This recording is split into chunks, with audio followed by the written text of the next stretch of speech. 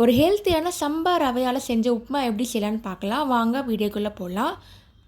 இதுக்கு நான் ஒரு டம்ளர் சம்பா ரவை எடுத்திருக்கேன். நல்லா ட்ரை ரோஸ்ட் பண்ணிக்கோங்க. இப்போ ட்ரை ரோஸ்ட் பண்ணியாச்சு. இப்போ தனியாக எடுத்து வச்சுக்கலாம்.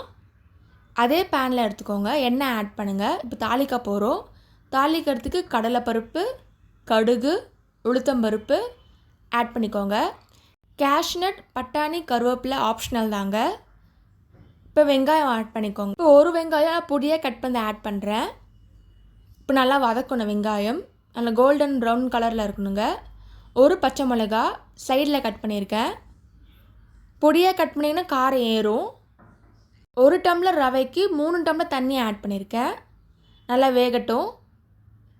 ஒரு 10 நிமிஷம் அப்படியே விடுங்க. நல்லா கொதி வரணும். 1:3 ரேஷியோலே பண்ணுங்கள்.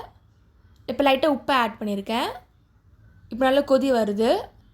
இந்த டைமில் நம்ம ட்ரை ரோஸ்ட் பண்ண ரவாவை அதை ஆட் பண்ண போகிறோம்.